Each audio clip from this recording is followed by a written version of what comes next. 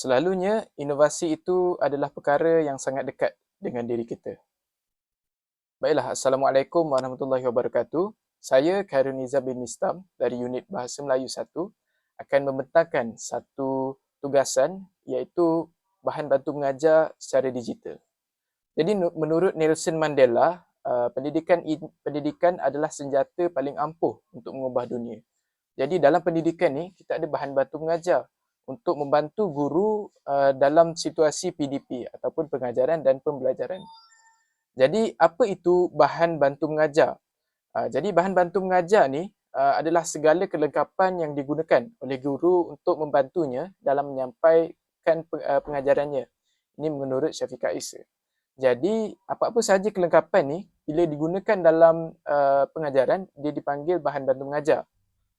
Jadi ada 3 jenis bahan bantu mengajar iaitu bahan bantu mengajar bukan elektronik, BBM elektronik dan juga BBM bercorak pengalaman dan bahan sebenar.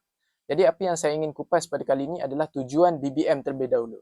Jadi tujuan BBM ni adalah untuk mengajar uh, apa yang diperlukan dalam kelas untuk berbagai tujuan. Yang pertama adalah untuk memotivasikan pelajar. Jadi sudah tentulah kalau kita bawa perkara-perkara BBM seperti manila card, warna-warni dan sebagainya, bahan-bahan grafik, itu akan meningkatkan motivasi pelajar itu sendiri untuk belajar. Dan yang kedua adalah untuk meningkatkan pemahaman mereka. Jadi kadang-kadang ada perkara yang tidak terungkap oleh buku teks. Jadi apa yang kita boleh buat adalah kita menggunakan satu situasi lain atau meletakkan satu perkara lain sebagai contoh. Jadi itu yang membantu meningkatkan pemahaman pelajar itu sendiri. Yang seterusnya adalah memperjelas konsep. Kadang-kadang ada yang keliru dengan satu konsep yang biasa. Jadi dengan adanya bahan bantu mengajar ni, konsep itu dapat diterangkan dengan lebih mendalam. Jadi macam-macam perkara seperti sains yang tidak boleh terungkapkan dengan perkara-perkara autentik memerlukan bahan bantu mengajar. Yang seterusnya adalah menghidupkan suasana kelas. Menghidupkan suasana kelas ini dia berterusan daripada memotivasikan pelajar itu sendiri. Jadi kita dapat lihat jika adanya BBM yang meletakkan satu aktiviti itu dalam satu kumpulan, jadi inilah yang akan menghidupkan suasana kelas itu sendiri. Jadi adaptasi dalam PDP. Kenapa saya menggariskan adaptasi ini? Yang pertama adalah pengintegrasian bahan. Kita dapat lihat bagaimana kita ingin memasukkan pelbagai bahan ke dalam BBM ini. Kita nak bagi isi kandungan dalam DSKP itu dalam bentuk yang lebih menarik. Seterusnya menggunakan BBM ini sebagai satu medium. Medium penyampai kepada ilmu-ilmu ataupun kandungan dalam DSKP itu sendiri. Yang seterusnya adalah memastikan bahan yang terbaik dapat digunakan. Jadi dengan adanya info-info ataupun isi-isi yang kita masukkan dalam bahan ini, kita akan dapat gunakannya dengan secara yang optimum. Yang seterusnya, saya lihat BBM ini merangkumi gaya pembelajaran. Kenapa saya katakan sedemikian? Ini adalah kerana setiap orang dia mempunyai gaya pembelajaran yang berbeza. Ada yang minat visual, ada yang minat membaca, ada yang minat menyanyi. Jadi BBM inilah yang merangkumkan semua ini dan menyebabkan dapat disesuaikan dengan pelbagai jenis gaya pembelajaran. Atau erti kata lain, bersifat inklusif atau semua boleh belajar dengan BBM ini. Jadi yang seterusnya adalah mengoptimumkan pembangunan murid. Jadi BBM dapat memastikan setiap murid dapat dibina dalam tahap yang optimum. Kita nak cungkil bakat mereka, kemudian kita nak asah bakat tersebut kepada yang level yang paling tinggi ataupun peringkat yang paling atas. Jadi kita hendaklah memberi pendedahan kepada penggunaan IT. Adaptasi PDP ataupun BBM secara digital ni akan menyebabkan murid mengkaji. Guru pun boleh mengkaji tentang teknologi itu sendiri. Yang seterusnya adalah memastikan murid dapat belajar dengan kadar yang paling tinggi. Jadi dengan adanya kemajuan teknologi pada masa kini, kita dapat lihat bagaimana maklumat di hujung jari. Jadi bagaimana nak menyalurkan maklumat tu dalam keadaan yang terbaik. Jadi BBM lah yang secara digital ini mampu menyusun semula dan memberikan maklumat yang terbaik kepada murid. Jadi seterusnya inovasi dalam BBM. Kenapa saya katakan sedemikian? Yang pertama adalah inovasi ni dia menyebabkan satu pembelajaran itu lebih relevan dan juga efektif. Relevan ni maknanya murid-murid kan sekarang dah maju. Mereka dah pandai menggunakan teknologi. Jadi kita sebagai guru, kita hendaklah mengikut perkembangan mereka. Jadi satu pembelajaran boleh menjadi lebih efektif sekiranya kita menggunakan BBM secara digital. Yang seterusnya, meningkatkan tahap sosial. Kalau kita lihat, sejak adanya telefon bimbit, kanak-kanak muda sudah kurang keluar untuk bermain bersama-sama rakan. Jadi kita perlu menyatukan mereka semula menggunakan BBM ini. Itulah sebabnya saya meningkatkan tahap sosial dalam inovasi dalam BBM ini. Kemudian adalah pendigitalan BBM. Kita dapat lihat bagaimana inovasi BBM dari hari ke hari sudah berubah daripada perkara autentik kepada yang berteknologi. Kerana kadang-kadang ada info yang tidak boleh kita buat. Takkan kita ingin membawa matahari ke bumi. Kita mestilah menggunakan digital ni sebagai contoh membuat satu visual matahari atau bagaimana proses-prosesnya. Itulah yang kita ingin bawakan dalam BBM. Dan yang seterusnya melatih komunikasi dua hala. Kerana dengan adanya BBM ini, kita nak murid-murid ini bercakap walaupun dalam keadaan maya. Bagaimana mereka nak berinteraksi dalam keadaan maya itu sendiri. Jadi saya bawakan yang seterusnya adalah lambang. Mungkin ada yang dah tahu. Tapi ada yang tidak tahu. Inilah masanya saya membawakan apa yang ada dalam slide pertama tadi. Iaitu perkara yang sangat dekat dengan diri saya. Saya ingin membawakannya sebagai BBM. Jadi Discord. Bahan batu mengajar yang saya bawakan pada hari ini adalah Discord. Bayangkan satu tempat anda boleh menyertai ahli kelab sukan, ahli kelab sekolah, kumpulan permainan atau menyertai komuniti seni di seluruh dunia. Di sini, anda dan rakan-rakan boleh bersama-sama meluangkan masa. Tempat ini memudahkan anda untuk berbicara setiap hari dan berkumpul dengan lebih kerap. Jadi apa itu Discord? Nanti kita saksikan. Saya tunjuk secara langsung apa itu Discord. Jadi saya bawakan kepada visi dan misi terlebih dahulu. Visi saya bawakan Discord sebagai BBM ini adalah untuk menjadikannya medium utama pengajaran dan pembelajaran secara dalam talian. Dan juga misi dia, saya nak pastikan murid-murid dapat menggunakan Discord sebagai satu medium utama mengikut cita rasa masing-masing. Di samping dapat meningkatkan kemahiran guru dan pelajar dalam bidang teknologi, maklumat dan komunikasi.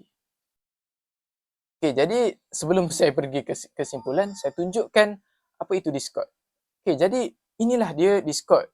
Terlebih dahulu kita perlu kita perlu download ataupun muat turun aplikasi ini di Google seperti paparan saya nyatakan. Kemudian setelah kita melalui proses log masuk dan juga mendaftar pengguna, kita boleh terus ke laman ataupun ruang yang telah saya sediakan. Okey, baiklah. Jadi akan ada link ataupun pautan untuk ke ruang ini yang saya akan sertakan di dalam caption untuk video kali ini. Jadi yang pertama-tama sekali saya ingin menunjukkan bahawa Discord ini adalah satu gabungan ataupun satu rangkuman medium-medium ataupun apa yang kita boleh lakukan di dalamnya. Okey, saya pergi satu demi satu. Yang pertama, dia ada ruangan untuk kita menghantar mesej. Sebagai contoh, ini info. Kita lihat ada welcome to Celik Bahasa bersama Cikgu Kai.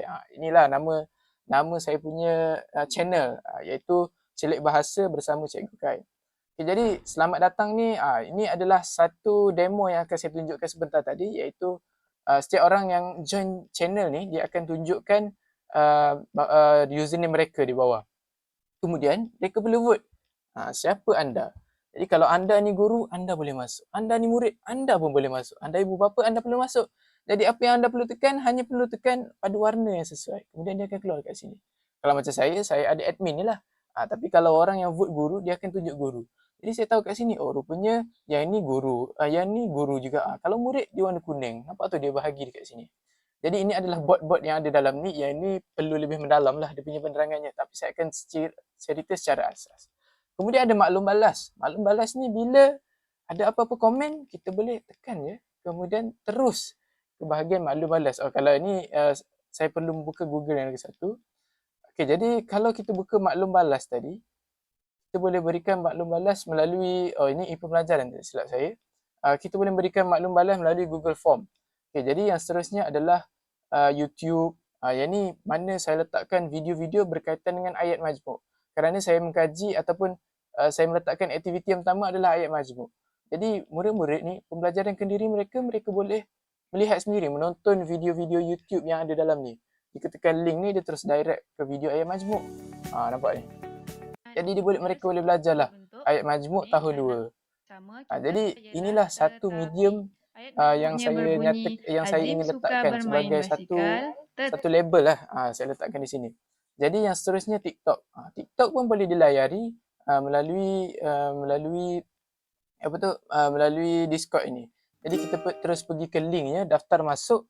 dan kita dapat lihatlah video-video ayat majmuk juga dekat situ.